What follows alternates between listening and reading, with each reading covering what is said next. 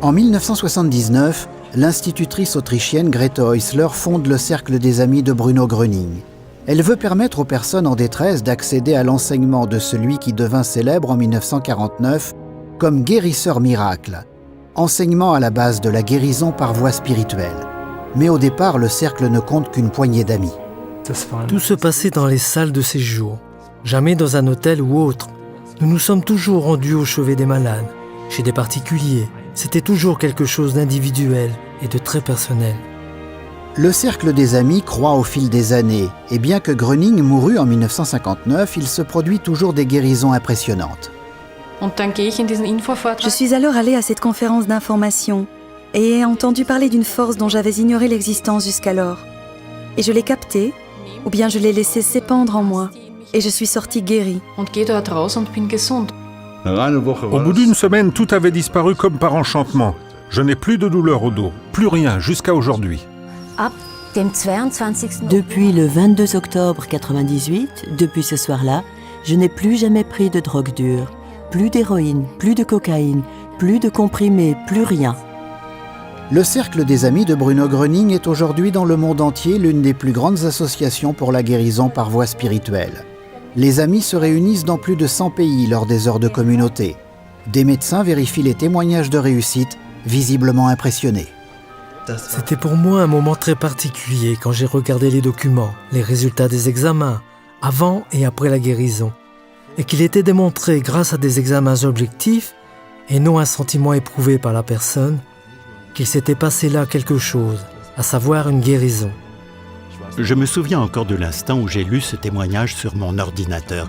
J'ai regardé l'écran de longues minutes, bouche bée, et ne savais que penser. Aujourd'hui, c'est encore exactement pareil. Je n'ai pas d'explication. En tant que vétérinaire, on est confronté chaque jour aux problèmes de santé des animaux, à la maladie, à la pathologie sous toutes ses formes.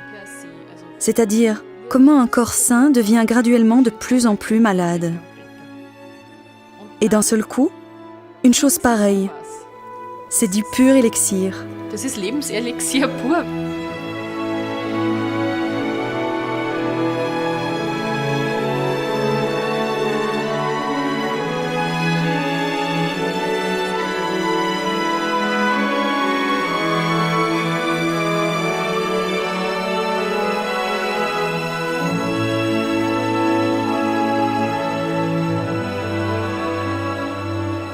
Le Cercle des Amis de Bruno Gröning a également sa propre maison d'édition, dont le but est de faire connaître l'enseignement de Bruno Gröning, non seulement aux amis du cercle, mais aussi au grand public.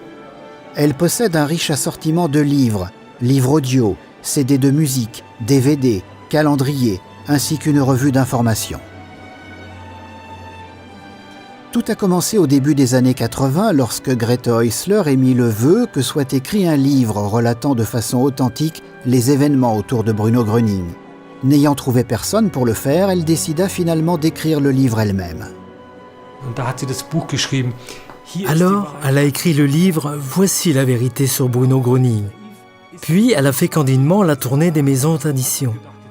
Elle pensait qu'elle se l'arracherait. Aucune n'en a voulu. Aucune n'a montré d'intérêt pour ce livre qu'elle avait tapé à la machine sur Bruno Gröning, sur quelqu'un qui n'était plus. Et qu'a-t-elle fait? Elle a fondé sa propre maison d'édition pour imprimer ce livre. Rien ne pouvait l'arrêter. Rien ne pouvait entraver son chemin. La première édition du livre de Grete Häusler paraît en 1984. Elle pose ainsi la première pierre d'un large éventail d'ouvrages sur Bruno Gröning. En 1974, 10 ans auparavant, elle avait commencé à publier pour les communautés des brochures qui étaient distribuées gratuitement aux amis 4 fois par an. Alors ma mère a prié les amis d'écrire des témoignages, d'écrire ce qu'ils avaient vécu, ce qu'ils avaient appris et comment leur guérison s'était produite. Elle regroupait ces témoignages dans un recueil de formation, y joignant toujours un extrait d'un discours de Bruno Gröning, de telle sorte qu'on était toujours liés au cercle des amis, à l'œuvre, à l'enseignement, et qu'on pouvait beaucoup apprendre. Grâce à la fondation de la maison d'édition il est désormais possible non seulement de publier des recueils pour les amis des communautés, mais aussi des ouvrages sur Bruno Gröning destinés au grand public. Grete Häusler édite 3 autres livres jusqu'en 1989. Puis d'autres auteurs se joignent à elle et sa maison d'édition devient la maison d'édition Grete Häusler. Nous avons alors vécu une période merveilleuse pendant laquelle beaucoup d'amis ont produit beaucoup d'articles, musique, vidéos, livres. L'assortiment de la maison d'édition s'élargit continuellement. Cependant, la maison d'édition Grete Häusler se distingue nettement des autres entreprises du secteur du livre. En plus du bénévolat de tous les collaborateurs, elle a une autre particularité. Alors qu'en dehors du cercle des amis, les articles sont vendus en librairie, il n'existe plus de vente à l'intérieur du cercle. Les amis viennent à la table des livres, regardent, choisissent ce qui les intéresse, et le libraire le leur remet en toute bienveillance, les invitant à faire un don libre. Celui qui ne possède pas beaucoup donne peu.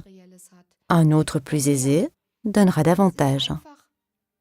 Il s'agit de donner à chacun la possibilité d'accéder à ces articles.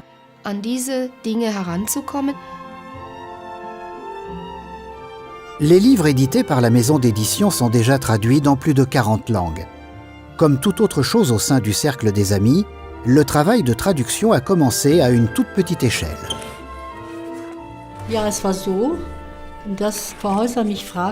Madame Häusler m'avait demandé si je voulais m'occuper des traductions, car il y avait déjà quelques amis pour l'anglais et le français. Le polonais est arrivé bien vite, puis le russe, le roumain, l'espagnol. Et nous avons ainsi commencé par traduire dans les langues européennes. Puis sont venues s'ajouter les langues d'outre-mer et finalement les langues asiatiques. Les traducteurs sont venus en grand nombre, autrefois pour le russe et le polonais. Ils obtenaient des guérisons et des aides et voulaient collaborer. Madame Häusler a toujours lancé des appels pour de nouveaux traducteurs. À l'époque, le travail de relations publiques, c'était un stand d'information dans la zone piétonne. Pour moi, l'espéranto n'avait rien à voir avec le cercle des amis. J'en étais entièrement persuadé. Mais Madame Häusler a toujours continué de faire appel, et elle a dit « Nous devons emprunter tous les chemins ». C'est alors que j'ai commencé à traduire. J'ai rendu cela public dans le monde de l'espéranto, puis le Congrès mondial d'espéranto a eu lieu à Vienne en 1992, et là, nous avons obtenu beaucoup d'adresses du monde entier.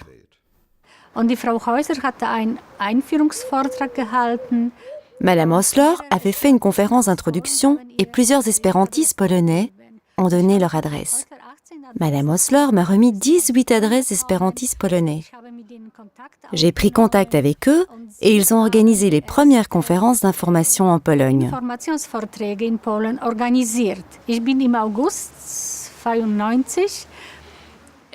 Je suis venue en Pologne en août 1992 et j'ai fait des conférences d'information dans 7 grandes villes. Beaucoup de personnes intéressées ont donné leur adresse, ce qui a permis à cette communauté de voir le jour en Pologne. Au début, les heures de communauté n'avaient lieu qu'une fois par trimestre. Et j'allais 4 ou 5 fois par an en Pologne pour les donner. Au bout d'une année environ, on a trouvé des guides de communauté, ici, en Pologne, et les communautés sont devenues indépendantes.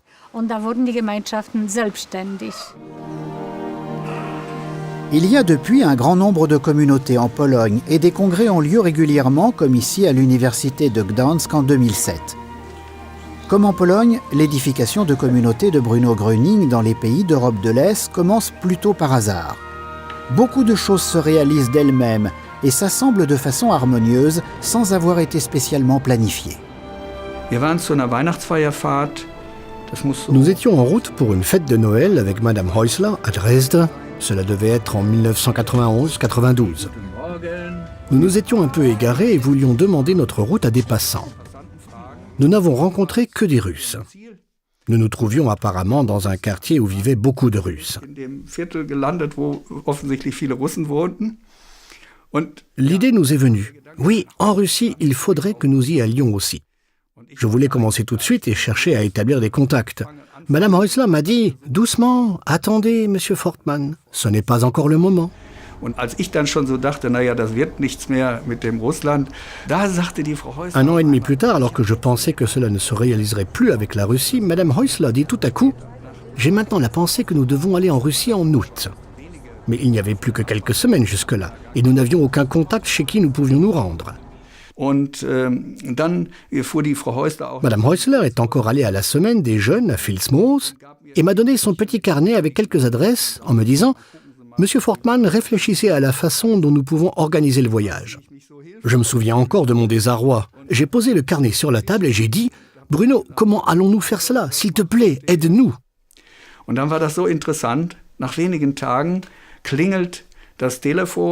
Alors c'était très intéressant. Au bout de quelques jours, le téléphone a sonné et c'était Madame Wozniak. Elle m'a dit « Nous avons un radioamateur à Poznan qui est en contact avec des radioamateurs en Ukraine, à Sambir, lesquels sont intéressés. » Grâce à ce contact, nous avons tout préparé pour nous rendre à Sambir. C'était la première étape. La deuxième a été liée à un certain professeur Galperin de Moscou, lequel a proposé d'organiser pour nous des conférences à Kiev, de sorte que nous avions la possibilité de nous rendre à Kiev.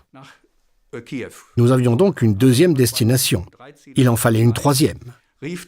Quelques jours plus tard, Madame Annie Pech, l'actuelle guide régionale, nous a appelés pour nous dire « Nous avons eu la visite d'une femme de Tiraspol, en Moldavie, dont je n'avais jamais entendu parler, qui lors de son séjour en Allemagne a entendu parler de l'enseignement de Bruno Gröning, a été introduite, a obtenu une guérison spontanée et était tellement enthousiasmée qu'elle nous a dit « Il faudrait que vous veniez chez nous. » Voilà, nous avions donc notre troisième destination. Il n'y a jamais eu aucune planification stratégique de la part du Cercle des Amis. Je crois d'ailleurs que ce ne serait pas possible non plus. Il y a maintenant des communautés des amis de Bruno Gröning dans la plupart des pays de langue russe. Des congrès ont lieu régulièrement dans diverses régions.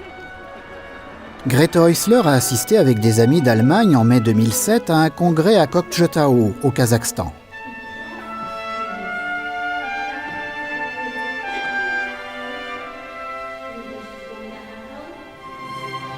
Sur le plan médical, il existe depuis longtemps des liens étroits avec différentes universités. En 1999, une équipe de cinéma accompagne le Dr Kamp lors d'un voyage dans plusieurs États de l'ancienne Union soviétique. Depuis 1992, les médecins du groupe médico-scientifique spécialisé font des conférences pour les personnes intéressées, les collègues et les étudiants. C'est une connaissance fondamentale de l'action de la force vitale. C'est une chose qu'un médecin doit savoir. Suivant mon impulsion, j'ai commencé à donner des conférences d'information, des conférences publiques, parce que c'est une chose qu'on ne peut pas garder pour soi. Je suis allé avec une confrère russe, elle était médecin-chef anesthésiste ici en Allemagne, plusieurs années de suite, en Russie. Nous sommes allés à Saint-Pétersbourg, à Moscou, à Samara, à Omsk, dans différentes villes russes. Et y avons aussi parlé aux étudiants dans les universités, comme par exemple en Ukraine. M. Gröning disait que chacun pouvait capter cette force en lui. Vous aussi. Эту силу, которая в большом количестве нас окружает, может каждый из нас брать, ею пользоваться. Нужно знать только как. À Moscou, M. Kamp se rend aussi au centre de recherche de la médecine traditionnelle. Une heure de communauté du Cercle des Amis a lieu en cet endroit. Le directeur de l'Institut, le professeur Dr Galperin, lui-même un ami de Bruno Gröning, a joué au début des années 90 un grand rôle dans l'implantation du Cercle des Amis de Bruno Gröning en Russie. Il est important pour moi de dire, cet enseignement porte en lui la bonté, la joie, la paix, l'amitié et la volonté de faire seulement le bien pour les autres. Nous enseignons à tous ceux qui nous rejoignent et veulent apprendre à connaître cet enseignement à accueillir à nouveau le calme et à être bons. Les gens apprennent ici le principe de l'égalité, de la confiance et de la volonté de faire le bien à leur prochain.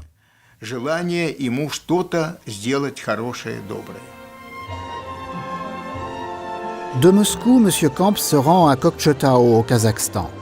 Il y tient aussi des conférences publiques d'information. L'affluence des personnes en quête d'aide et intéressées est impressionnante. Le docteur Camp est aussi venu nous rendre visite. Cette visite a joué un grand rôle dans la propagation rapide de l'enseignement. Lorsqu'il est venu la première fois, il a organisé avec des amis allemands une rencontre avec les habitants dans notre palais central à Koktchetao. Le grand immeuble n'a pas suffi pour les recevoir tous. Il y avait énormément de monde. Bruno Gröning disait « Cette force, la force divine, est là à profusion pour chacun de nous. » Bruno Gröning говорит, это лечащая сила, это жизненная сила, которую каждый человек может научиться, как ее воспринимать. В очень большом количестве окружает каждого из нас. Elle ne coûte rien et chacun peut en profiter s'il apprend à s'ouvrir de nouveau à elle. Не стоит ни копейки это. Если человек может сам выздороветь, если он научится, как это возможно воспринимать. Et c'est ce que nous a dit ce Bruno Gröning. À l'hôpital de Koktchetao, le Dr Camp donne une conférence pour les médecins. La directrice, le Dr Koltunova, est elle aussi une amie de Bruno Gröning. En 1998, j'étais directrice de l'hôpital régional. Clara Zippel, la guide du cercle des amis de Bruno Gröning, de Koktchetao, est venue vers moi et m'a demandé de contrôler l'état de santé de Nikolai Ivanovitch Goncharov et de rédiger un commentaire médical. Lorsque j'ai fait connaissance de M. Goncharov et de son dossier, j'ai été très surprise de le voir en si bonne santé, malgré tous les diagnostics qui avaient été faits. Cela m'a tellement surprise qu'un très grand intérêt s'est éveillé en moi pour cet enseignement. Je n'en avais encore jamais entendu parler. Auparavant, les enseignements spirituels ne m'intéressaient nullement. Et comme beaucoup de médecins, je ne pouvais pas croire au miracle. Mais pour moi, il s'agissait ici vraiment d'un miracle.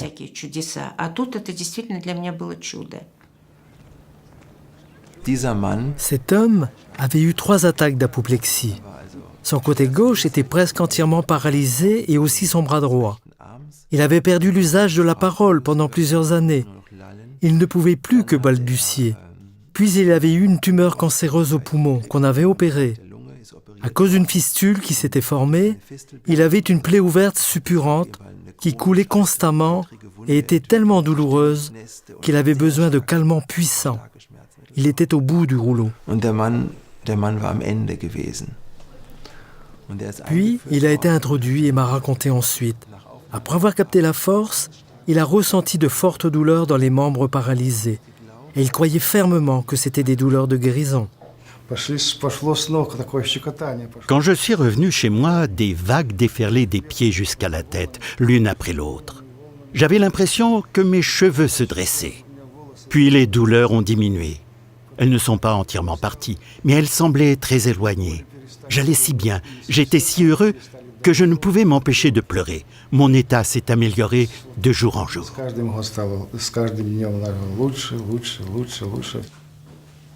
Je ne sais pas exactement combien de temps cela a duré, mais pas plus de quelques semaines. Il pouvait à nouveau parler, il pouvait remarcher et était complètement rétabli. Au bout de 3 mois, la plaie qui avait été ouverte pendant 5 ans s'est entièrement refermée. Il est resté une cicatrice jusqu'à aujourd'hui. Voilà comment elle était. Mais tout est guéri. Les médecins, tout spécialement les 2 médecins-chefs de l'hôpital, étaient complètement enthousiasmés. Ils ont été tout de suite d'accord pour contribuer ici au travail du groupe médico-scientifique spécialisé grâce à cette guérison surprenante dont ils venaient d'être les témoins. J'ai pensé que cet enseignement était peut-être la seule possibilité de recevoir de l'aide en cette époque. C'est pourquoi j'en ai parlé aussi à d'autres médecins et les ai invités à venir dans la communauté. C'est ainsi que j'ai fondé une communauté de médecins ici, à Kökçetau. Je suis venu à l'enseignement de Bruno Gröning dans les années difficiles du Kazakhstan, au moment du délabrement, alors qu'il n'y avait plus de médicaments et que les gens avaient particulièrement besoin d'aide. À cette époque, l'enseignement de Bruno Gröning s'est avéré être d'un grand soutien. L'une des guérisons les plus extraordinaires dans tout le cercle des amis fut celle de Pavel Chemet de Saint-Pétersbourg. Sa santé était entièrement ruinée quand une étudiante allemande lui parla de Bruno Gröning. En 1993, je suis venue ici en tant qu'étudiante participer à un cours de langue et j'ai logé chez la famille de Tania et Pavel. Tania m'a raconté que Pavel avait été entièrement irradié à Tchernobyl, car il avait participé aux travaux de déblaiement à proximité immédiate du réacteur.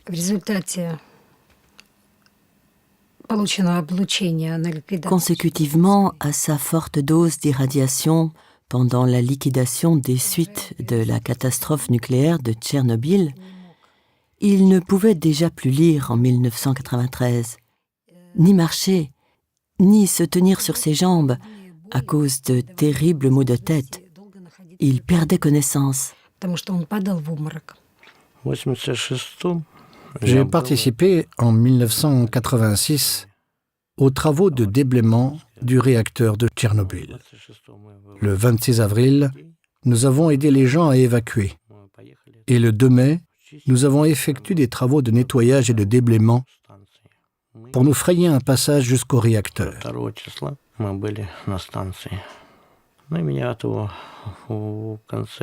Fin 1987 et en 1988, j'ai dû être hospitalisé.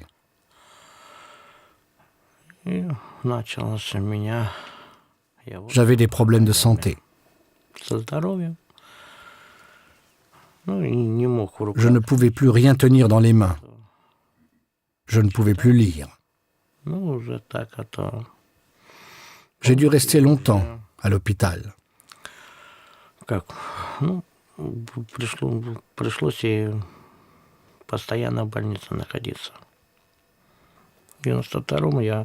J'ai passé presque toute l'année 1992 à l'hôpital.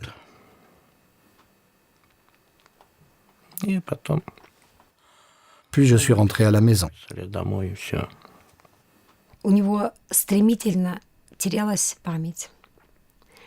Il perdait la mémoire. Il grossissait énormément. Il se dégageait de lui une odeur de cadavre. Il ne pouvait plus tenir une casserole. Il laissait tomber sa tasse. Il cassait continuellement quelque chose. Il ne pouvait plus se servir de ses mains ni de ses jambes.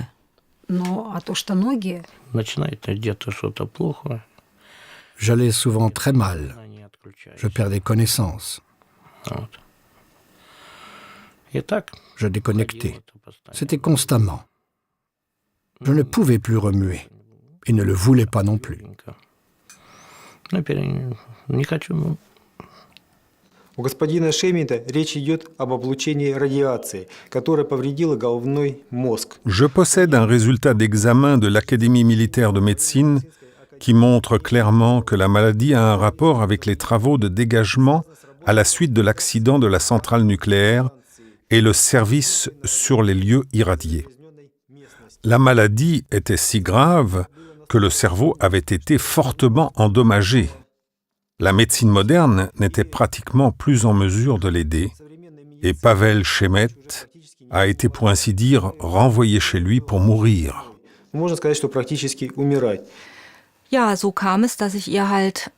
Et c'est comme cela que j'en suis venue à parler à Tania de Bruno Gröning.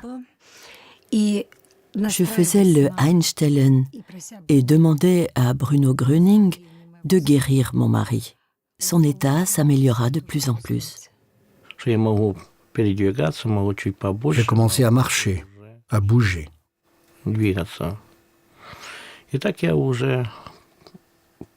Cela a duré je ne sais plus combien de temps.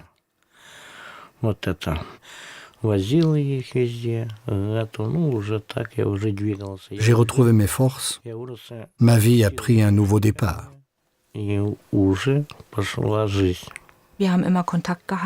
sommes toujours restés en contact.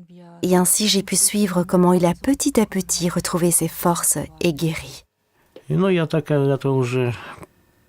vais mieux. Je peux me remuer. Je peux marcher, travailler, aider à faire le ménage. Et je me sens bien. Et alors, il a fait son jardin, les durs travaux du jardin, et a commencé encore en plus à construire cette maison.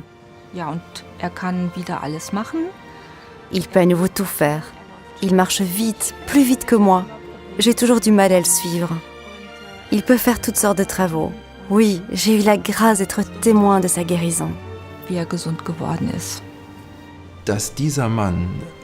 fait que cet homme soit maintenant en parfaite santé n'est pas compréhensible, ni explicable du point de vue médical. Dans les cas d'exposition aussi forte, ces syndromes chroniques d'irradiation sont mortels, comme beaucoup de ses collègues en ont fait l'expérience. Et avec des troubles aussi forts, c'était un destin analogue qui l'attendait.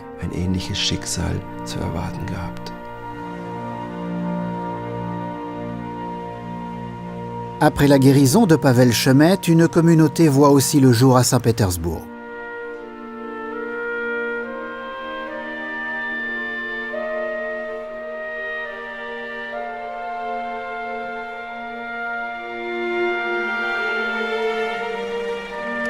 Avec l'extension du cercle des amis dans toujours plus de pays, une période très intensive commence pour Grete Häusler. Si elle se déplaçait jusqu'alors en majorité dans les pays de langue allemande pour s'occuper des amis, elle doit maintenant se rendre de plus en plus à l'étranger.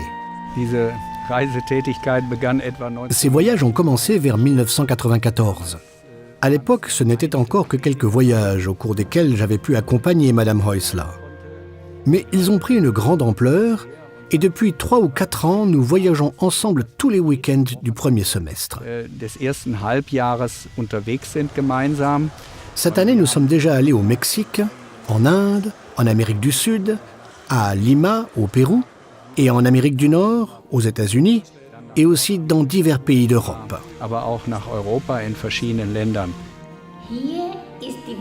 Voici la vérité sur Bruno Gröning.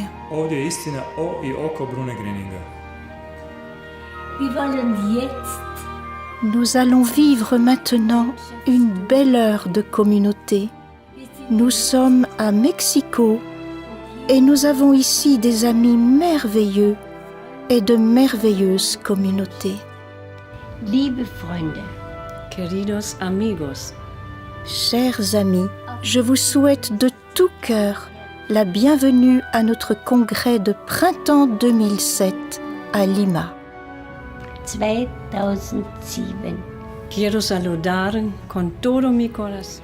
Liebe Freunde, chers amis, je vous souhaite moi aussi de tout cœur la bienvenue à notre congrès de printemps 2007 ici en Australie. And I also wish to warmly welcome you to our conference in Viele Male sind wir geflogen und wir mussten ja oft auch die Flüge wechseln. Nous avons pris l'avion de nombreuses fois et nous avons dû souvent changer d'avion dans les grands aéroports. Et en gentleman, je voulais tirer sa valise à roulettes. Elle voyageait avec une valise trolley et un sac à main. Je lui ai dit que je pourrais tirer sa valise. Elle m'a dit « Monsieur Fortman, au service de Dieu, oui, mais pas à mon service. » Je n'ai pas compris tout de suite. J'ai pensé, bon, si je tire le trolley... Mais j'ai alors réalisé qu'il était important pour elle de ne pas se faire servir, mais qu'elle demandait toujours qu'on l'aide à remplir cette tâche. Elle a toujours tenu à ce qu'on fasse bien cette distinction.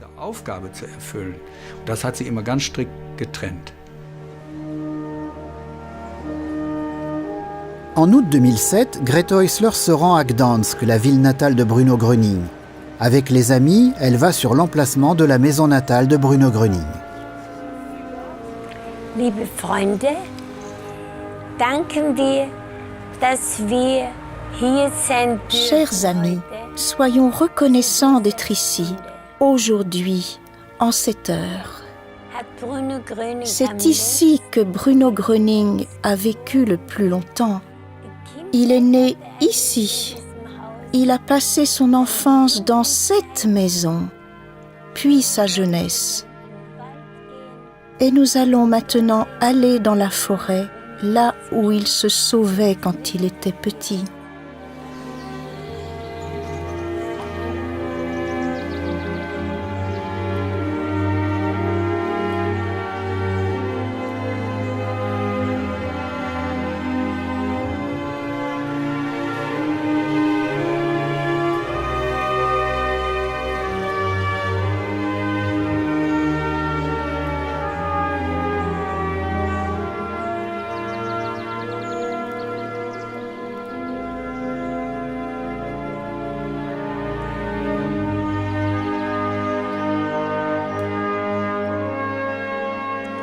Liebe Freunde, Chers amis, quelle tâche avait été confiée à Bruno Gröning? Jakie zadania otrzymał Bruno Gröning? Bruno Gröning nous a fixé le but. Bruno Gröning przedstawił nam cel. Il a dit « Je vous guide plus loin sur le chemin divin. Powiedział nam, będę Państwa prowadził dalej na tej Bożej drodze. Si vous vous êtes débarrassé de tous vos défauts grâce à l'enseignement de Bruno Gröning, alors vous pouvez devenir un avec Dieu. Et nous tous, amis de Bruno Gröning, sommes sur ce chemin. C'est la dernière fois que Grete Häusler s'adresse aux amis de Bruno Gröning. L'après-midi, pendant le congrès, sa voix lui fait défaut. L'après-midi, elle a voulu inaugurer le congrès, mais elle ne pouvait pas parler. J'ai dû le faire pour elle.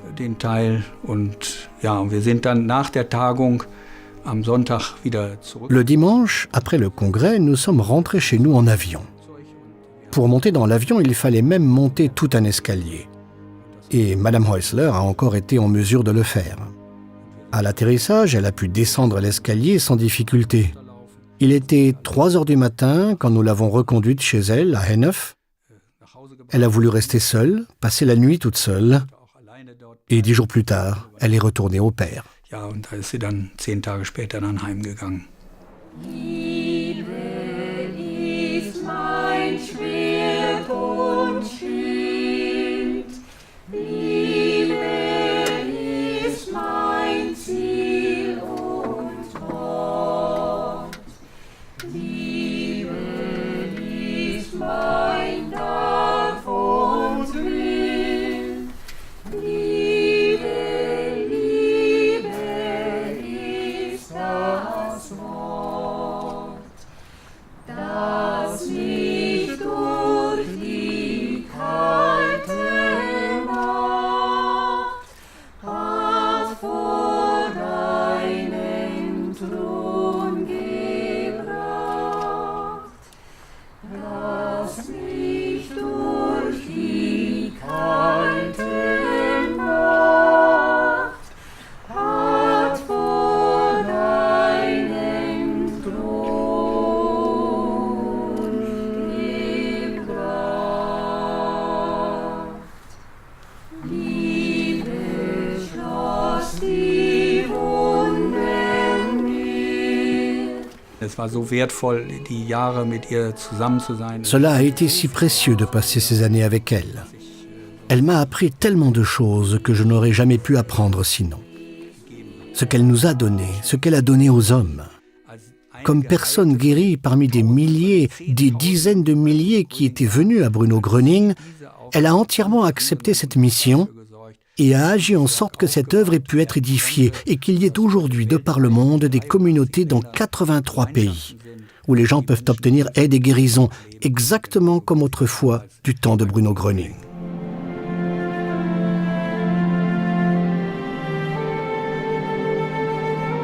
Depuis 2007, le Cercle des Amis de Bruno Gröning est dirigé par Dieter Häusler. Il voyage maintenant dans le monde entier et poursuit le travail de sa mère. Pourtant, il n'aurait pu s'imaginer autrefois que le Cercle des Amis prendrait un jour de telle dimension. Je me souviens encore très bien. J'avais 17 ou 18 ans à l'époque, d'un congrès international que nous avions organisé dans la salle de séjour avec des amis d'Autriche et de Suisse. Et c'était tout. Il n'y avait vraiment pas beaucoup d'amis qui le savaient. Ma mère m'avait dit « Dieter, cet enseignement de Bruno Gröning fera le tour du monde. » Ok, je l'avais entendu. Et je voyais la situation dans laquelle nous étions. Et pour être franc, j'avais des doutes. Je ne pouvais absolument pas le croire. Quand je regarde aujourd'hui, elle avait raison. Elle savait déjà autrefois que cet enseignement portait en lui un potentiel si inépuisable, qu'il ferait le tour du monde. Quand je vois aujourd'hui que nous avons le cercle des amis sur tous les continents, je dois constater que cette parole qu'elle a prononcée autrefois, l'enseignement fera le tour du monde, s'est avérée exacte. Elle avait raison.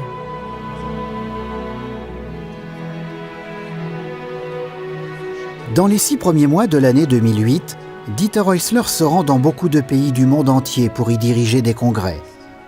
L'un de ses premiers voyages le conduit à New York. À cette époque, on compte déjà aux USA des milliers d'amis de Bruno Gröning et beaucoup de communautés. Les activités du Cercle en Amérique du Nord ont commencé dans les années 90. Madame Häusler a commencé en Amérique en 1997. Elle a travaillé à l'édification. Il y a eu une communauté qui s'est effondrée. Elle a retravaillé à l'édification. Mais de nouveau, un effondrement. Elle s'est aussi rendue à New York et a jeté les bases. D'une façon générale, il n'y avait que très peu de communautés dans toute l'Amérique. Si mes souvenirs sont bons, il y en avait 4 ou 5 à Chicago, une toute petite à New York. Les débuts étaient très modestes.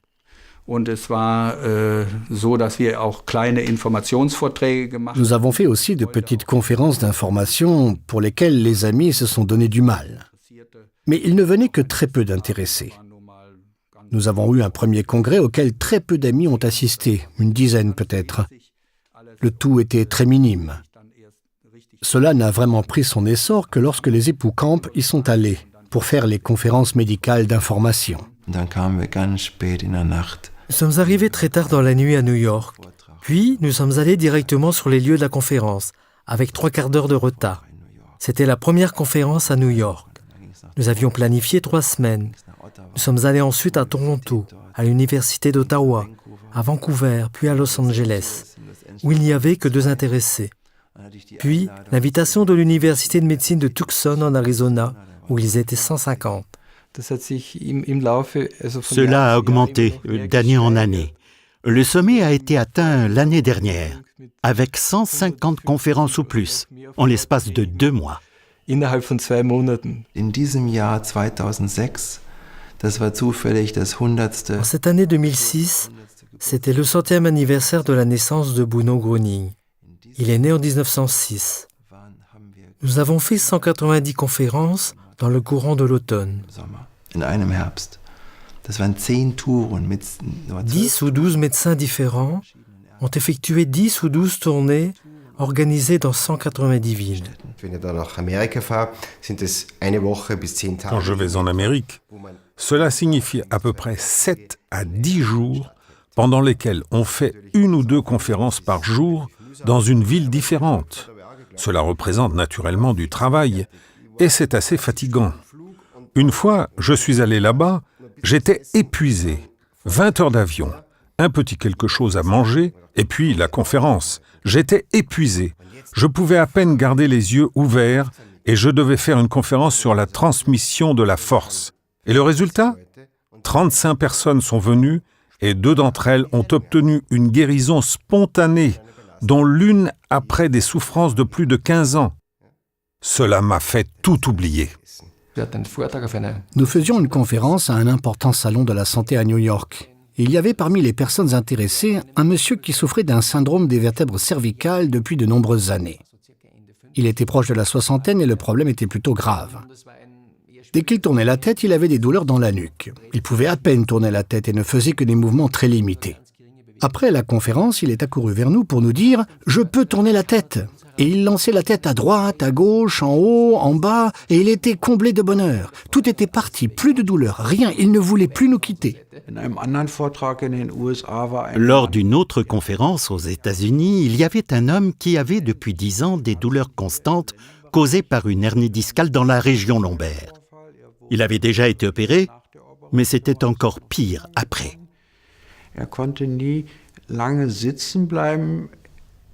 Et il ne pouvait jamais rester assis longtemps. Mais pendant cette conférence, il est resté assis pendant 2 heures. Il ne s'en est rendu compte qu'après. Les douleurs ne sont pas revenues.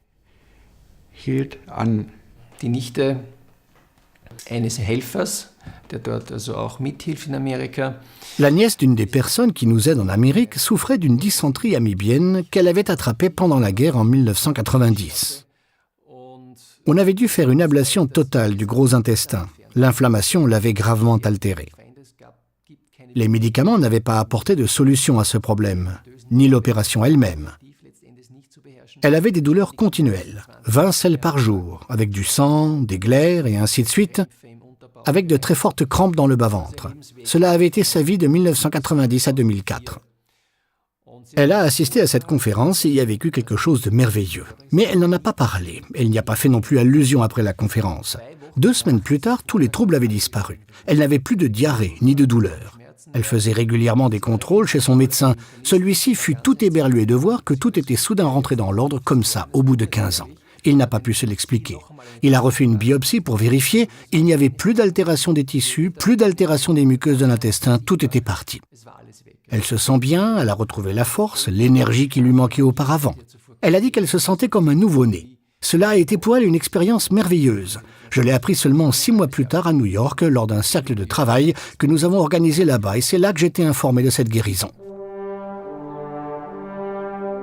Le guide national des États-Unis, Richard Leo, fait aussi connaissance de Bruno Gröning lors d'une conférence médicale d'information annoncée à la radio. Je me souviens que j'avais écouté une émission de radio tôt le matin chez moi à Niagara Falls, New York. Le présentateur s'entretenait avec un médecin allemand sur l'enseignement d'un homme dont je n'avais encore jamais entendu parler et qui disait quelle influence nos pensées, et aussi celles des autres, pouvaient avoir sur notre santé.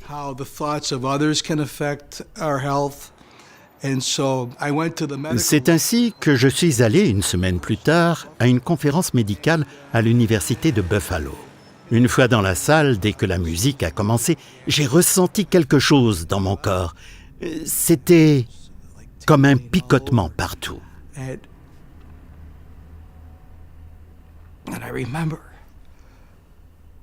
Je me souviens que c'était quelque chose de très émotionnel. Cela me touchait beaucoup. Je n'ai jamais oublié cette première fois. J'étais très ému. J'écoutais la conférence et cela me semblait familier. Je n'avais jamais entendu parler de Bruno Gröning jusque-là. Mais ce que j'entendais m'était très familier. Je me suis dit, c'est ma conviction, je crois tout ce qu'ils disent. C'est pourquoi j'ai dit au Dr Camp après la conférence, je crois que nous aimerions nous engager dans cela à Buffalo, New York. Je pense pouvoir m'en occuper. Ce fut le début de mon activité au sein du Cercle des Amis. Dans les mois qui suivent, Richard Leo obtient lui-même des guérisons. Il guérit d'une polyarthrite rhumatoïde, d'un syndrome des vertèbres cervicales, d'une allergie aux chats et de dépression. D'autres amis obtiennent également aux États-Unis des guérisons impressionnantes. J'avais des dépressions depuis l'âge de 8 ou 9 ans, peut-être 10. Je ne savais pas vraiment ce qui n'allait pas. Je savais seulement que je n'étais pas en bonne santé. J'étais furieuse, j'étais triste, j'étais seule, isolée. À l'âge de 17 ou 18 ans, j'ai remarqué que je ne pouvais plus dormir. Je m'endormais tout de suite, dormais 2 ou 3 heures, puis je me réveillais et me retournais dans mon lit. Des années plus tard, beaucoup plus tard je pense, j'ai commencé à comprendre que les autres étaient heureux, ou du moins semblaient l'être. J'ai donc commencé à aller chez le médecin, puis chez un autre et chez d'autres encore. Mais je ne dormais toujours pas, et ainsi de suite. J'ai consulté beaucoup de médecins pour des raisons différentes. J'ai pris beaucoup de médicaments de toutes sortes.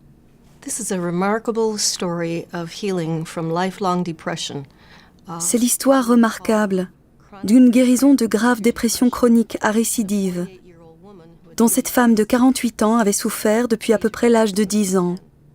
Elle avait essayé pendant des années toutes les thérapies classiques, y compris d'autres méthodes, comme la thérapie contre l'insomnie, mais rien n'avait aidé. J'allais chez 6 médecins différents et ils essayaient tous des choses et des voies différentes. Ils savaient tous que leurs confrères me soignaient aussi et faisaient tout leur possible, mais aucun n'avait la réponse, ni ne m'aidait de façon durable.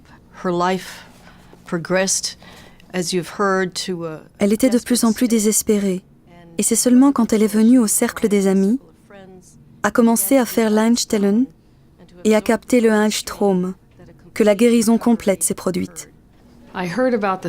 J'ai pris connaissance du cercle des amis lors d'une interview à la radio. Je n'ai entendu que les dernières minutes.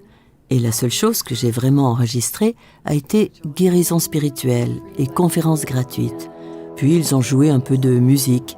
C'est la musique qui a attiré mon attention et m'a fait écouter.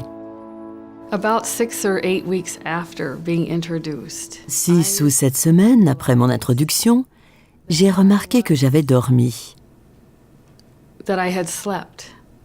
J'ai réalisé que j'avais déjà dormi 2 ou 3 nuits. Et un beau matin, alors que je me préparais pour aller au travail, je me suis surprise à danser dans la cuisine en attendant que mes toasts soient grillés. J'ai pensé, mais que m'arrive-t-il? Et je me suis dit, tu es joyeuse?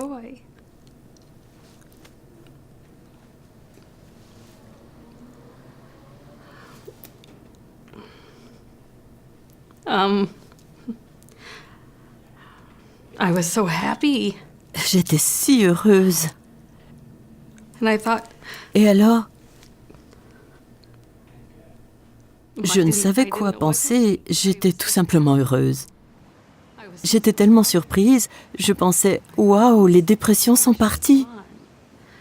Je pouvais dormir, c'était une telle surprise. Et je savais d'où cela venait. Je savais que cela venait de Dieu. C'était venu à travers le Heilstrom par l'intermédiaire de Bruno. Je ne m'étais encore jamais sentie ainsi. C'était merveilleux. It was wonderful. As a psychiatrist, I have no medical explanation for this healing. En tant que psychiatre, je n'ai aucune explication pour cette guérison. De tels événements ne se produisent pas dans le contexte médical et psychiatrique traditionnel.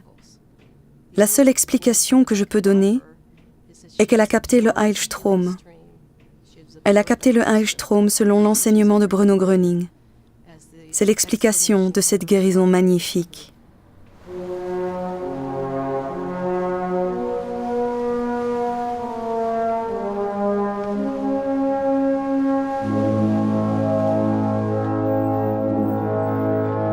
Au fil des années, le cercle des amis a attiré l'attention de plus en plus de gens en Amérique et de nombreuses communautés ont vu le jour. On trouve aujourd'hui des communautés partout, réparties sur tout le pays. En partant de l'Alaska au nord, puis en descendant la côte ouest jusqu'à la frontière du Mexique, puis à travers le pays jusqu'à la côte est, où j'ai eu beaucoup à faire, jusqu'en Floride. J'y suis allé nombre de fois en avion en provenance d'Atlanta et jusqu'en haut dans le Vermont, où l'on est déjà très proche de la frontière canadienne. Il y a déjà beaucoup de communautés au Canada. Juste au-dessus de la frontière, il y a Montréal, qui a plusieurs communautés. Le développement a été très rapide. Il y a là-bas énormément de communautés. Ce pays est devenu très fort. Il y a de plus en plus de medical doctors, c'est-à-dire des médecins américains. Je suis allé avec ma femme et l'un de mes patients à une introduction. Quand je suis reparti, j'ai pensé, il y a beaucoup de vrai là-dedans. J'avais déjà connu beaucoup de cercles spirituels dans ma vie. Et là, j'ai pu le sentir, j'ai pu vraiment le sentir dans mon front. Quand je suis ressorti, je pouvais remuer à nouveau mon épaule à 360 degrés. Avant, je ne pouvais lever le bras droit que jusqu'à hauteur de l'épaule. J'en ai fait part à ma femme, et elle m'a dit, je le ressens aussi. Moi aussi, je me sens bien. Nous sommes allés la semaine suivante à la deuxième introduction. Nous avons ressenti la même chose. Nous avons été invités au congrès et là aussi j'ai ressenti une quantité incroyable d'énergie, à tel point qu'il me semblait être traversé par un rayon de lumière. Vous savez, surtout dans la poitrine.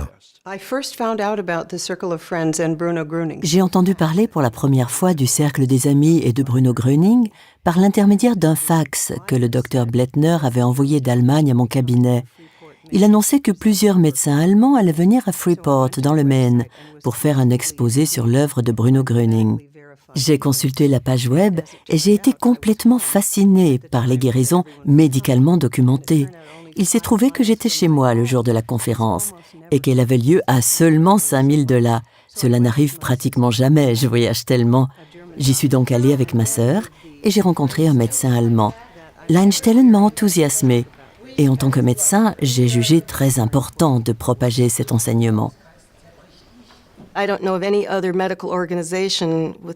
ne connais aucune autre association médicale comprenant des médecins et d'autres professionnels de la santé, surtout des médecins qui s'intéressent à la guérison spirituelle et qui utilisent leurs connaissances médicales pour vérifier les guérisons. Ainsi, le public peut savoir que les guérisons se produisent vraiment. Je fais des recherches sur le rôle des pensées dans le processus de guérison depuis maintenant plus de 36 ans. Les bouddhistes ont étudié la tournure d'esprit intérieur en rapport avec la guérison et d'autres choses depuis 2600 ans. Il est clair que la pensée est l'un des facteurs les plus importants dans la guérison. Plus nous pouvons orienter notre pensée vers la santé, plus nous pouvons influencer la guérison, la paix de l'âme, la qualité de toute notre vie.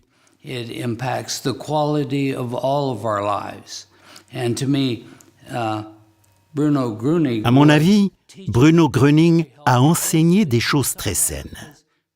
Nous avons vu que des gens qui assistaient à sa conférence ont obtenu une guérison par le simple fait d'écouter ce qu'il disait et grâce à l'influence que cela avait sur leurs propres convictions. Ce sont des idées d'une très grande force et il est important de les reconnaître. The Heilstrom energy is something I have felt from the very first time, although J'ai ressenti dès le début l'énergie du Heilstrom, mais au fil des mois et des années, cela a gagné en intensité. Je la ressens toujours comme un picotement dans les mains, souvent aussi dans les pieds, parfois dans le visage. Il y a aussi ce sentiment de paix profonde, si bien que parfois, je voudrais ne pas m'arrêter. Je fais parfois l'Einstellen 20-30 minutes. J'ai aussi remarqué que le flot du Heilstrom est plus intense dans un groupe. Le congrès de New York n'est pas le seul auquel Dieter Häusler participe en ce printemps 2008. Il est important pour lui de continuer le travail de sa mère et de s'occuper des amis dans le monde entier. Chers amis, je vous souhaite de tout cœur la bienvenue ici à Saint-Pétersbourg, au congrès de printemps 2008.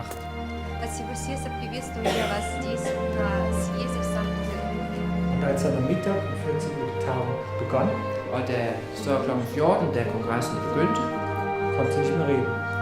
Diese Kraft ist überall.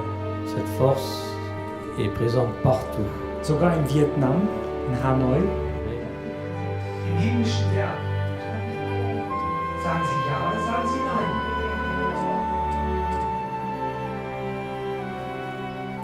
Chers amis, je suis ici à Bethléem pour la première fois. C'est pour moi un moment très émouvant. La rencontre avec une autre culture.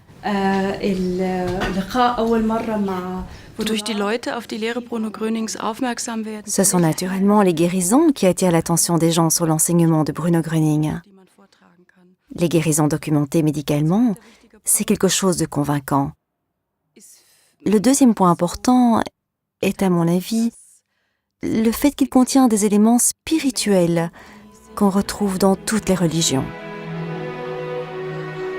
Des gens de toute culture et de toute religion viennent au cercle des amis de Bruno Gröning.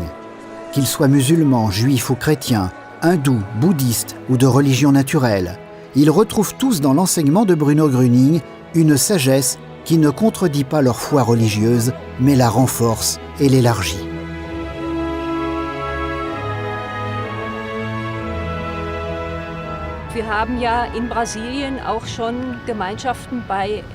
Nous avons déjà au Brésil des communautés dans une tribu amérindienne dans lesquelles se produisent aussi des guérisons.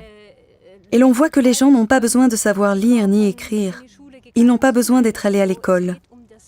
Il s'agit de l'essentiel, de la base de la vie, partout. Et c'est si beau de pouvoir aider les gens à retrouver cela. L'enseignement de Bruno Gröning est si simple, si élémentaire, qu'en fait nous pouvons formuler avec des phrases très simples la philosophie de la vie, la philosophie de la médecine en tant que médecin.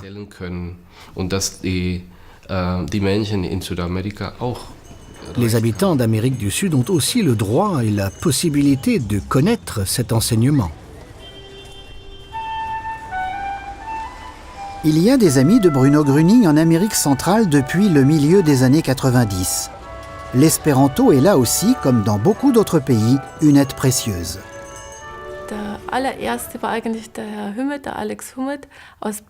Le tout premier a été Monsieur Humet, Alex Humet de Belgique.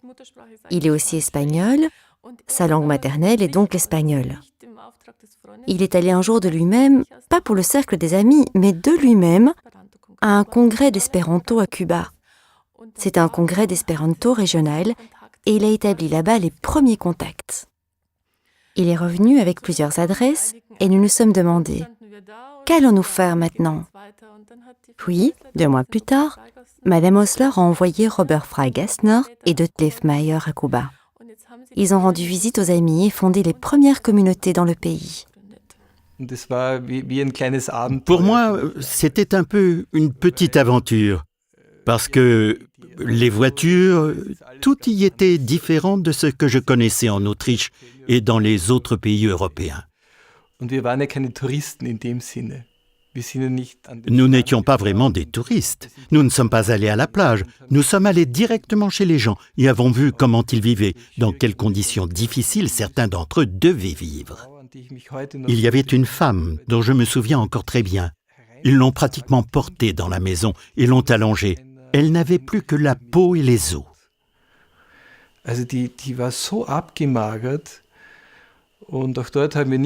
Nous n'avons pas demandé de quelle maladie souffraient les gens, mais nous avons seulement parlé de la santé que d'autres avaient recouvrée. Elle aussi était très faible, mais elle était là et a tout écouté. Environ 1 an plus tard, j'ai revu un de ses amis proches lors d'un congrès d'espéranto. Et je lui ai demandé comment allait cette femme, ce qu'elle était devenue. Et il a dit « Ah oui, elle retravaille maintenant », chose que je n'aurais jamais pu imaginer à l'époque.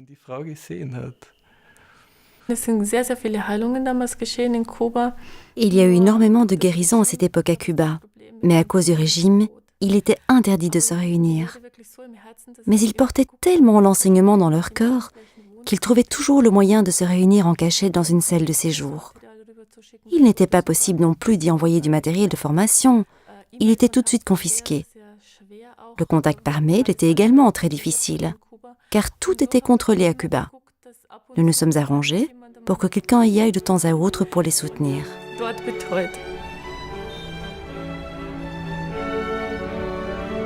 Aujourd'hui, il y a des communautés dans presque tous les pays d'Amérique centrale et du Sud, et beaucoup de guérisons s'y sont déjà produites.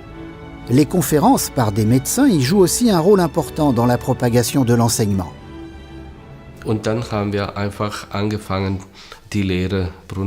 Alors nous avons simplement commencé à parler de l'enseignement de Bruno Gröning et des guérisons par voie spirituelle. Nous avons déjà fait des conférences au Mexique, en Colombie, en Équateur, au Paraguay, au Chili, au Pérou, en Argentine. D'autres amis en ont fait aussi au Venezuela. Nous le faisons par amour et ne touchons aucune rémunération pour cela. Nous le faisons pendant notre temps libre, pratiquement pendant nos vacances.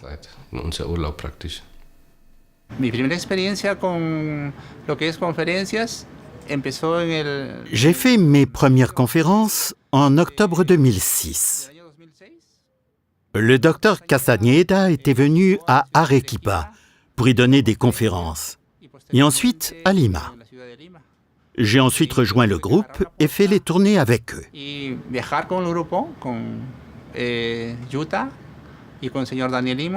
À Santiago, j'ai fait ma toute première conférence. C'était très intéressant, malgré ma nervosité. Mais tout a bien marché avec l'aide de Bruno Gröning. J'ai ressenti beaucoup de force et tout a marché merveilleusement bien. Nous sommes allés en Argentine, au Paraguay, et tout s'est bien passé. Les conférences ont toutes été très bonnes. Il est venu beaucoup de nouveaux amis. Katharina Gabel entend parler de Bruno Gröning pour la première fois lors d'une conférence médicale d'information au Paraguay. Je suis venue par l'intermédiaire du docteur Blättner, qui, après l'Argentine et Buenos Aires, s'était rendu à Asunción pour faire une conférence pour des Allemands. Cela m'a tellement impressionnée que j'ai regardé le jour suivant sur Internet ce qu'il y avait encore comme information sur ce sujet. J'ai alors ressenti en moi « Il faut le dire aux autres qu'il n'y a vraiment rien d'incurable. »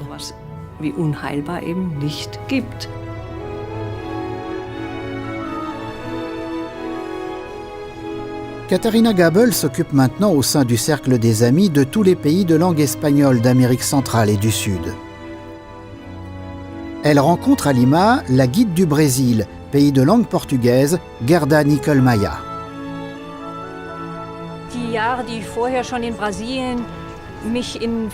Pendant des années, je m'étais engagée au Brésil dans beaucoup de projets sociaux, entre autres pour les enfants des rues. Et là, j'avais senti combien il était difficile d'aider ces gens-là. Or, ici, dans le Cercle des Amis, j'ai un moyen à ma disposition pour vraiment les aider.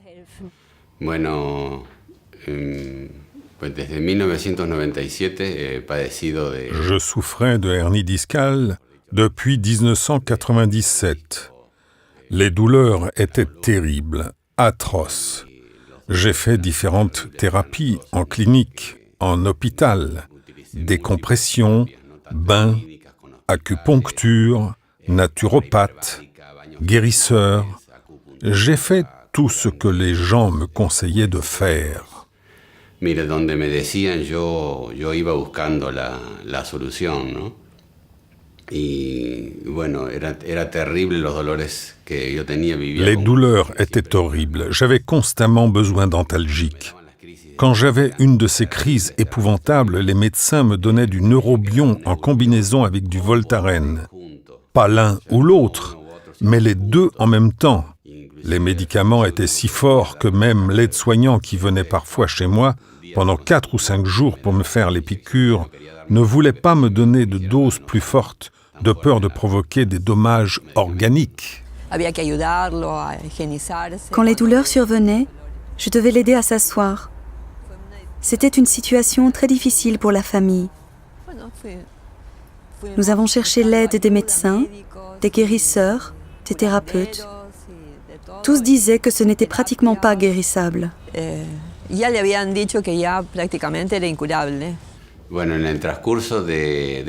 Pendant ces 9 années, les médecins ont constaté, grâce aux radios et aux résonances magnétiques, que j'avais plusieurs hernies discales, à savoir en 3 endroits différents de la colonne vertébrale.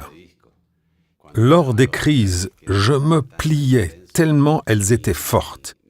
Et je restais des journées entières dans cette position courbée, tellement ça faisait mal. Je ressentais une douleur terrible qui partait de la nuque et descendait le long de la colonne vertébrale, et je sentais les muscles se contracter. Es geht eine Mehretage-Wirbelsäule-Veränderung in den Bereichen L2 bis S1. Das heißt, Il s'agit ici d'une altération de la colonne vertébrale à plusieurs niveaux, qui se manifeste de la région lombaire jusqu'au coccyx. Cette altération montre clairement un rétrécissement du foramen intervertébral, qui provoque des douleurs très importantes. ganz schwierige Schmerzen verursachen. Je suis allée en 2003 à San Borja et j'y ai entendu parler de Bruno Gröning et de la guérison par voie spirituelle. Mon mari était en déplacement et à son retour, je lui en ai parlé. Il a dit qu'il ne fallait pas que je l'agace avec des choses pareilles. Je lui ai dit « Laisse-moi tranquille avec ces histoires ». Je pensais qu'une guérison par voie spirituelle n'était pas possible. À ce moment-là, c'était complètement absurde pour moi. Non, je ne l'ai pas écouté et lui disais « Laisse-moi tranquille avec ça ». J'avais une confiance aveugle dans les médecins et la médecine classique.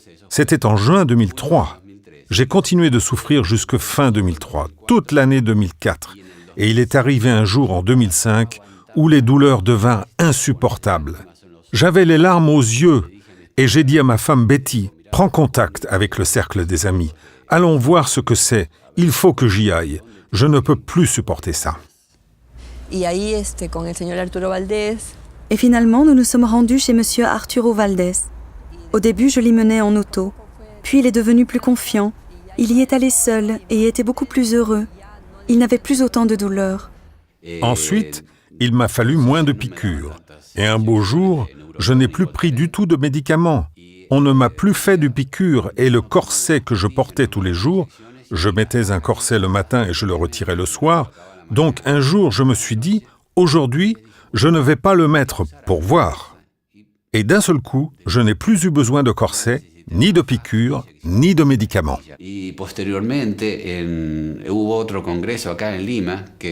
Puis une conférence a eu lieu à Lima en octobre 2006.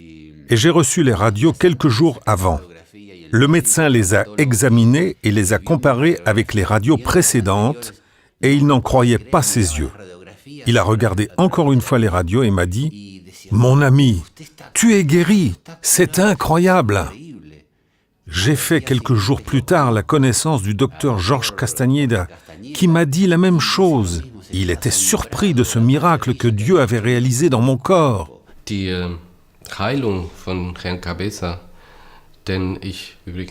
La guérison de M. Cabeza, que je connais par ailleurs personnellement, est fascinante pour moi. Le fait qu'après tant d'années de douleur, les troubles aient disparu en un très court laps de temps est fascinant et pas explicable médicalement.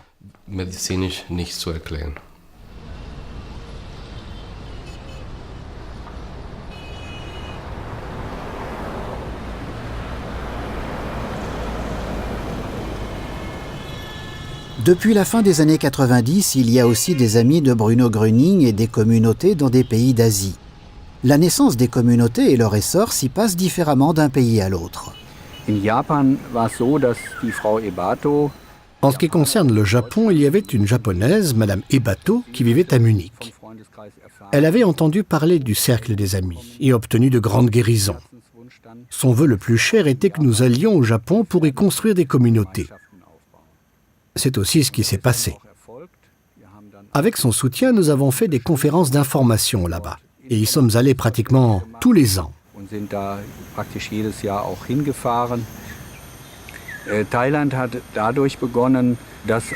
En Thaïlande, tout a commencé grâce à un ami en Allemagne qui a eu une grande guérison d'un cancer.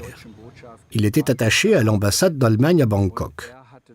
Après sa guérison, il a aussi émis le vœu de nous aider à démarrer en Thaïlande.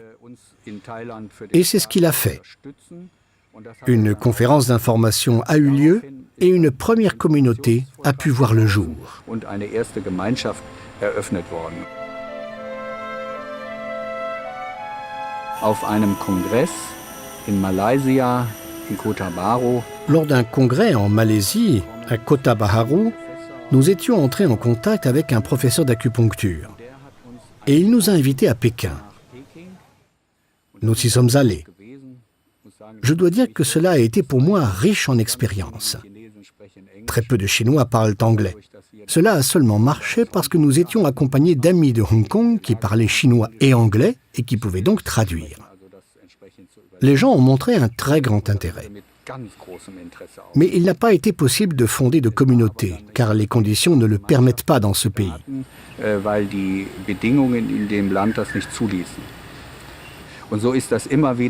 Il y a donc eu toujours des hauts et des bas dans tous les pays durant toutes ces années. Mais la pensée nous a toujours accompagnés, ce n'est pas encore l'heure de l'essor. C'est simplement l'heure de la préparation. Il nous faut les traductions nécessaires pour préparer cette heure qui va venir.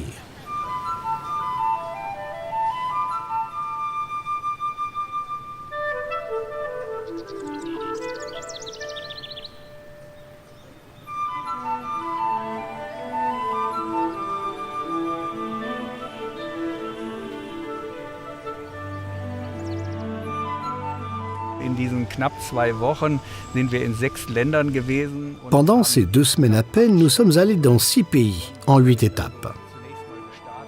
Nous sommes d'abord allés en Thaïlande, via Singapour, puis à Bangkok, où nous avons eu un congrès, et de Thaïlande, nous sommes partis pour Tokyo.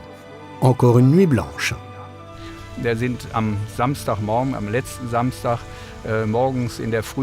Le samedi matin, très tôt, nous sommes arrivés à Tokyo, où nous avons été chaleureusement accueillis.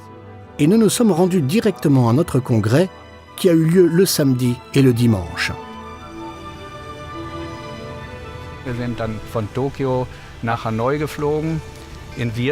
Puis de Tokyo, nous sommes partis pour Hanoï, au Vietnam. À l'intérieur du Vietnam, nous sommes allés à Ho Chi Minh Ville, autrefois Saigon, où nous avons retrouvé la communauté qui était justement réunie. Nous avons eu le soir une heure de communauté. An einem Abend dort eine Gemeinschaftsstunde gehalten.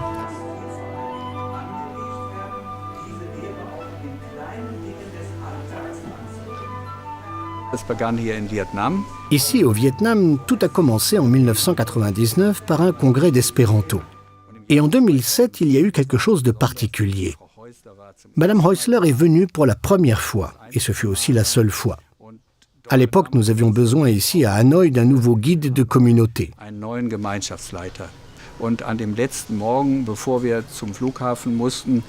Le matin du dernier jour, avant de nous rendre à l'aéroport, nous avions encore 1h30 pour nous rencontrer avec les amis. Nous avons alors fait la connaissance de Madame Nguyen. Nous nous sommes très réjouis que vous ayez pris votre courage à 2 mains et accepté tout de suite de reprendre la communauté. À l'époque, je ne savais pas ce que doit faire un guide de communauté et je ne savais pas non plus si je pourrais le faire. Mais je savais très exactement une chose. Les amis allemands sont venus nous voir pour nous aider et ils veulent nous apporter le bien. C'est pourquoi j'ai accepté quand Madame Häusler m'a demandé si je voulais être guide de communauté.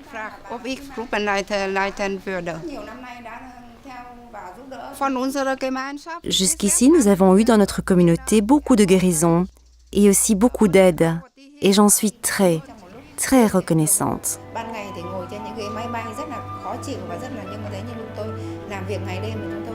Dann waren wir von dort aus in Jakarta. De là, nous sommes allés à Jakarta, puis à Singapour. Et après Singapour, la dernière étape a été ici, l'Australie. De Singapour, nous sommes arrivés ici hier matin, à Sydney, après une nuit entière dans l'avion. Et l'après-midi, notre congrès a commencé.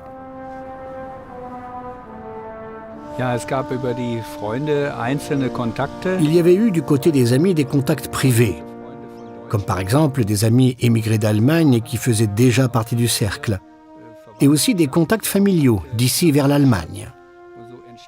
C'est ainsi que le désir est né d'abord à Sydney et Melbourne. Et on a aussi cherché à établir des contacts.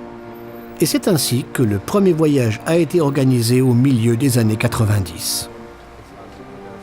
Les premières communautés ont été fondées lors de ce voyage. Je suis arrivée à Sydney en 2000 et il y avait à l'époque en Australie des amis dispersés. Ici, à Sydney, il venait de se fonder une nouvelle communauté que j'ai pu reprendre au bout d'un certain temps. Puis nous avons eu longtemps à la fois une communauté à Sydney et une autre à Melbourne. Mais nous avons fait aussi des conférences d'information à Canberra, à Atherton, c'est dans le Queensland. Et petit à petit, les amis se sont de plus en plus rassemblés. Nous nous sommes rendus compte que le Heilstrom agissait partout et beaucoup de personnes intéressées sont très surprises de sentir le Heilstrom si fortement.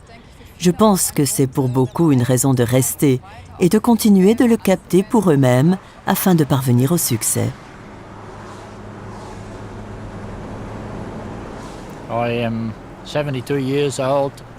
J'ai 72 ans. En 1973, je suis tombé d'une paroi rocheuse et me suis blessé aux vertèbres L4, L5 et S1. Les médecins m'avaient dit que je serais dans un fauteuil roulant avant l'âge de 45 ans.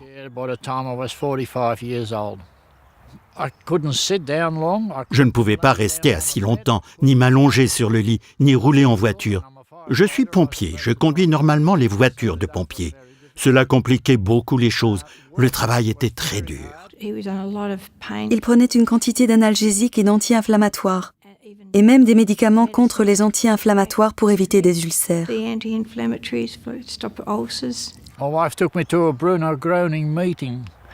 Ma femme m'a emmené à une réunion Bruno Gröning.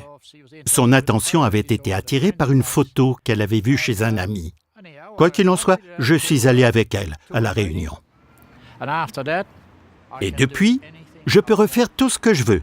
Je peux soulever des choses lourdes, conduire. Et l'équipe du film ici peut attester que je peux maintenant conduire un bus sans problème. Il exerce à nouveau son métier. Il lutte contre le feu, grimpe sur les montagnes, fait de la natation, va en ville à vélo. Il fait beaucoup de travaux en ville. C'est un homme très fort, comme si rien ne s'était passé. Nous en sommes très, très heureux.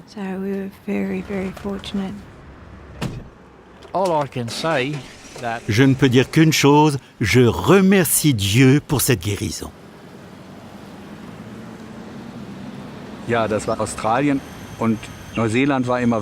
C'était donc l'Australie. La Nouvelle-Zélande était toujours loin derrière l'horizon, même par rapport à l'Australie.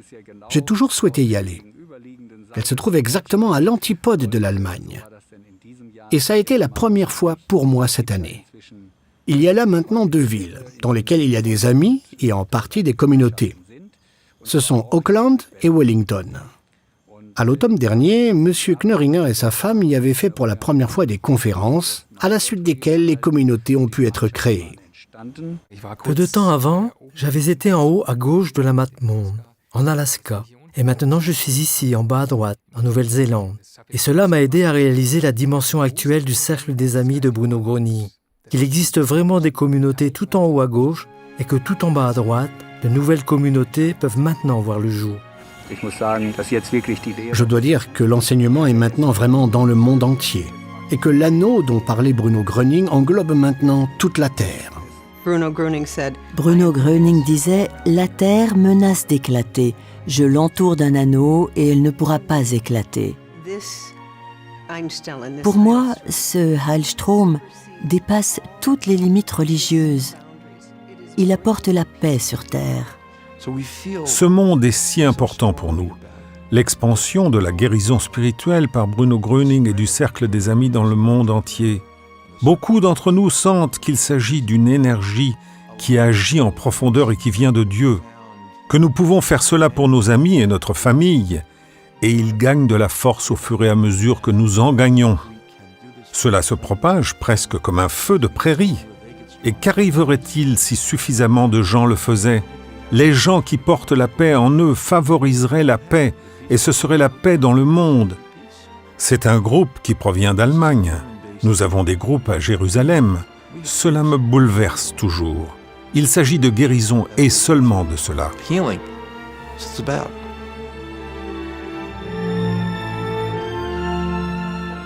Im Jahre 2002 kam ich nach Israel und Je suis venue en 2002 en Israël et j'ai fait entre autres à Jérusalem une heure de communauté à laquelle une femme est venue. Elle était très sceptique et on pouvait le voir à la façon dont elle s'était assise. ungefähr in der Mitte der Gemeinschaftsstunde Et à peu près au milieu de l'heure de communauté, elle a commencé à pleurer très fort. Elle a retrouvé son calme peu à peu et à la fin de l'heure, elle nous a confié qu'elle était venue là, remplie d'une grande haine pour les Allemands. Elle revoyait toujours les images d'autrefois, quand elle avait dû vivre, enfant, la persécution des Juifs. Toute sa famille avait été tuée par les Allemands. Elle était la seule survivante. Elle était assise en face de moi et j'étais là, en tant qu'Allemande, devant elle. Après, elle m'a prise dans ses bras et une véritable union est née entre nous. Elle a raconté qu'elle était délivrée. Elle ne ressentait plus de haine. Elle n'avait plus de haine. C'était pour elle quelque chose de très grand. Ich stamme von Galizien, Polen. Heute ist das Ukraine. Je suis originaire de Galicie, en Pologne. Aujourd'hui, c'est l'Ukraine. J'ai vécu dans le ghetto de Nadvirna, près de Lemberg. Je suis restée 13 ans isolée du monde. Je ne pouvais pas sortir. C'est pour moi un très grand miracle que des amis de Bruno viennent d'Allemagne. Au début, je ne pouvais pas le croire. Absolument pas le croire. C'est quelque chose d'historique. Il me manque le mot en allemand pour dire ce que cela signifie pour moi, que des gens d'Allemagne, du peuple allemand, viennent chez nous avec tout l'amour et le cœur ouvert pour nous aider.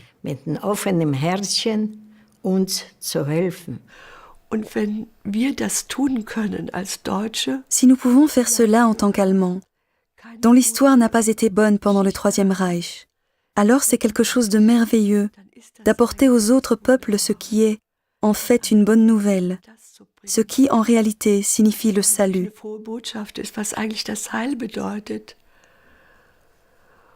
C'est ce que nous avons vécu lorsque nous sommes allés en Angleterre, à Londres, Birmingham et Manchester, et que nous avons appris par la suite qu'il s'agissait des 3 villes qui ont été bombardées en premier. Cela nous a beaucoup touchés, et aussi que nous ayons été reçus avec amour.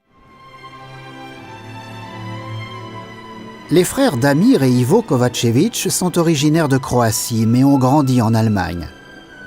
C'est là qu'ils entendent parler à la fin des années 80 de Bruno Gröning. En 1995, Damir retourne vivre en Croatie. C'est encore la guerre à cette époque dans l'ancienne Yougoslavie.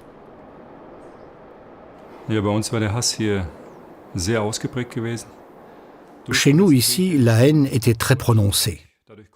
À cause de toute cette guerre, et avant déjà, ce qui a rendu possible cette guerre, qui a vraiment fait des dégâts terribles, aussi dans les hommes, psychiquement aussi. Et cette haine est toujours là. Je dis consciemment, elle était encore là. Nous en faisons toujours l'expérience. Les gens viennent au cercle des amis, dans les communautés, et grâce à la force divine qu'ils captent, leur façon de penser change. Le Heilstrom, la force curative, sa réception et la participation aux heures de communauté font surgir une prise de conscience et aussi le vœu et en fin de compte la force de tout lâcher. Oui, on peut aussi lâcher la haine. C'est alors que viennent les cadeaux et en premier sa propre santé. Comme par exemple Madame Biritic qui a constaté elle-même qu'elle avait été guérie de la maladie de Sudeck grâce à cela. Début 1996, Vera Biritic fut victime d'une fracture de l'épaule entraînant une paralysie de la main et de l'avant-bras gauche. Lorsque la paralysie régressa, des complications apparurent sous forme de dystrophie de Sudeck, avec destruction des tissus et décalcification osseuse. Malgré les nombreuses thérapies, elle a eu pendant 3 ans des douleurs insupportables. Au bout de 3 ans, les médecins m'ont dit « Vous resterez invalide et les douleurs iront en s'amplifiant ». J'ai fondu en larmes et n'ai cessé de me demander comment pourrais-je vivre avec cela. Ils m'ont dit que je devais vivre avec. J'ai dû prendre ma retraite et ma vie n'était plus que douleur. Je me couchais avec des douleurs, je me levais avec des douleurs. Ma vie n'avait aucun sens et était inutile pour moi-même et pour les autres. Et une chère amie m'a invitée à aller à une conférence d'information « Guérison par voie spirituelle selon l'enseignement de Bruno Gröning ». Durant 2 années, l'état de santé de Vera Biritic ne change pas. Mais elle fait alors une expérience décisive. J'assistais à une heure de communauté avec plus de 50 personnes. J'avais demandé à parler et en sortant, je me suis entendu dire « J'ai des Regelungen, je sens la haine en moi et le sentiment de ne pouvoir pardonner. La haine est un sentiment qui anéantit vraiment tout. » Je n'en avais pas du tout conscience. C'était la première fois que je disais de tout mon cœur « Bruno, mon ami, prends-moi tout ». Le lendemain matin, je me suis réveillée toute légère, l'âme libérée, et j'avais cette petite image en tête que pardonner, c'était excuser ce qu'on ne pouvait plus excuser. J'ai compris que pardonner, c'était se libérer des préjugés, de ses pensées à l'égard de celui ou de celle qui nous a blessés, et de lui envoyer à la place des pensées d'amour. Et c'est seulement quand j'ai pris conscience de cela, de cette haine, de cet entêtement, de cette vulnérabilité, que j'ai vraiment obtenu la guérison de la dystrophie de Sudeck. C'était un grand congrès à Zagreb. Nous avons pu entendre la voix originale de Bruno Gröning. Je me suis frotté le bras et j'ai pensé « Mais tu ne peux pas faire cela !» Tout de suite après la pensée, essaye de voir ce que tu peux encore faire. J'ai fermé le poing et levé le bras et j'ai pleuré à chaudes larmes comme je n'avais encore jamais pleuré dans les moments de douleur les plus fortes. Mais le plus important a été cette forte pensée que j'ai reçue. « Dieu, tu existes vraiment !» Je n'avais jamais cru en lui auparavant. J'ai attendu 15 à 18 jours et puis je suis allée chez ma doctoresse qui m'avait soignée pendant toute cette période et lui ai demandé de m'ausculter. Elle se souvenait de moi et de mon diagnostic si douloureux. Elle m'a ausculté 3 fois et m'a dit finalement « Ce n'est pas possible, c'est impossible, ce n'est pas guérissable, c'est incroyable ». Je lui ai demandé d'écrire ce qu'elle venait de constater. Elle a écrit que mon bras et ma main étaient en parfaite santé, que la faculté sensitive était normale et que la force était revenue. À partir de ce moment-là, ma vie a changé du tout au tout. Beaucoup d'amis de Bruno Gröning racontent que grâce à la réception du Heilstrom, ils ont été délivrés de sentiments de haine et de vengeance et ont pu pardonner aux ennemis et aux bourreaux d'autrefois. De telles guérisons sont particulièrement fréquentes dans les pays de l'ancienne Yougoslavie. J'ai fait des études d'histoire et j'ai pu constater que cela dure souvent des générations jusqu'à ce qu'une telle haine s'efface entre 2 peuples. Ce n'est pas si simple.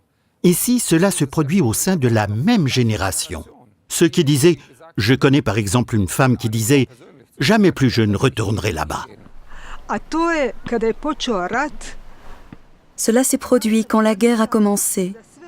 J'ai rendu la Serbie, le peuple entier, responsable de tout ce qui s'était passé. Je ne voulais plus avoir affaire à ce peuple. Je m'étais juré qu'après la guerre, et si j'étais encore en vie, je ne foulerais plus jamais le sol serbe.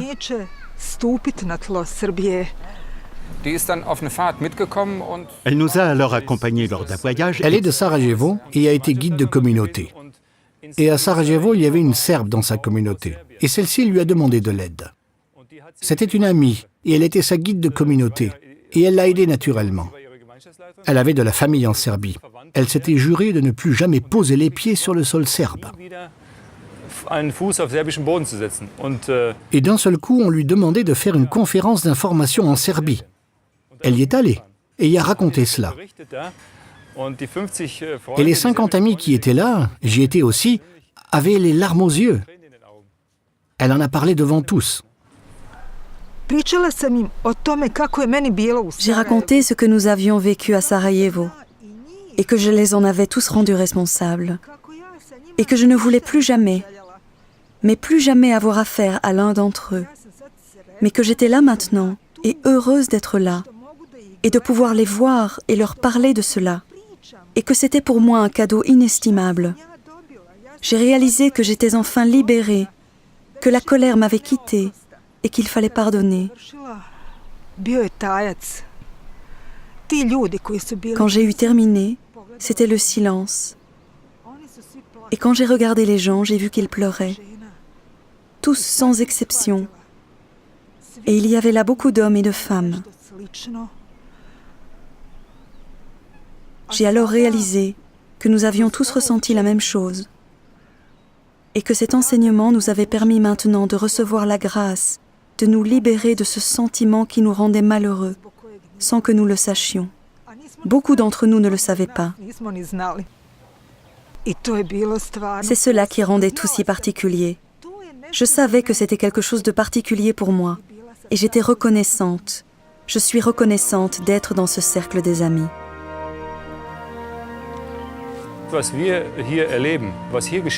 Quand je pense à ce que nous vivons ici, à ce qui arrive ici, par exemple que nous allions à Belgrade et que nous y rendions visite aux communautés, nous venons avec plusieurs amis de Croatie et de Slovénie, leur rendons visite. Nous réunissons avec eux plusieurs heures et parlons ensemble de l'enseignement. C'est quelque chose d'absolument génial. Nous venons d'avoir le congrès de Zagreb auquel ont assisté pour la première fois 25 amis de Serbie. Ils n'ont encore jamais été aussi nombreux. Et que des gens, pas des hommes politiques qui se rencontrent pour des négociations quelconques, que des citoyens tout à fait normaux de Serbie et de Croatie se rendent mutuellement visite et parlent ensemble, je ne sais pas si cela existe ailleurs dans le monde. C'est pour moi quelque chose d'unique. Cela me comble tout particulièrement et me donne l'impulsion de continuer.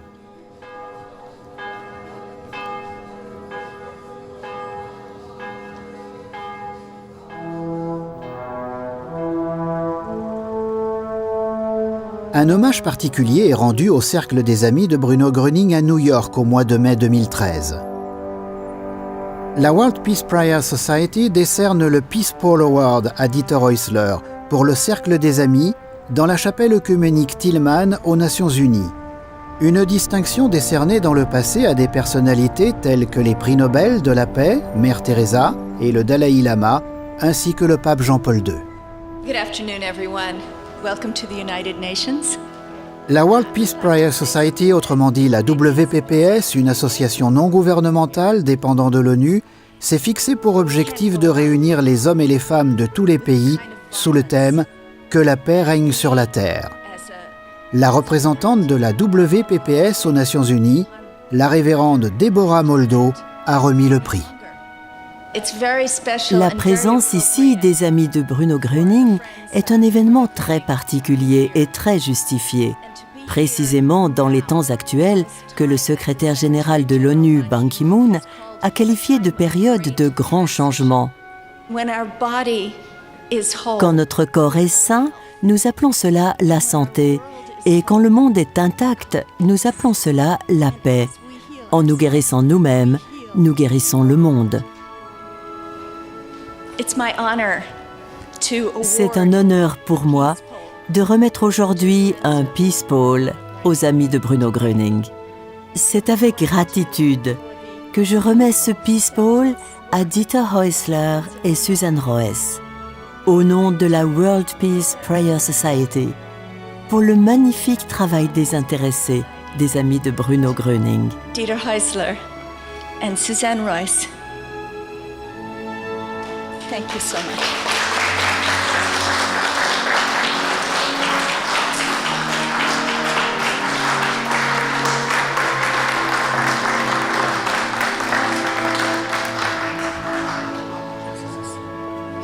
Thank you so much.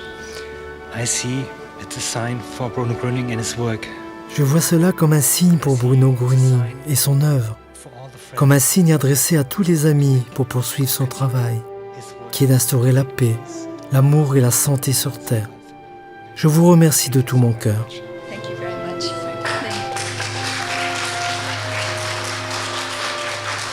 Bruno Gröning always said that he came for Bruno Gröning disait toujours qu'il était venu pour l'humanité tout entière, vraiment pour chacun de nous. Au sein du Cercle des Amis, nous n'avons aucune barrière linguistique et il n'existe pas de frontière entre les pays. Nous comprenons que tous les hommes sont semblables, que les hommes ont les mêmes désirs dans la vie, que tous, hommes et femmes, veulent la paix dans leur vie, la paix intérieure et la paix dans le monde, la compréhension. Et ils veulent être aimés et exprimer leur amour dans le monde. C'est l'essence du message de Bruno Gröning. And this is the essence of the message of Bruno Gröning.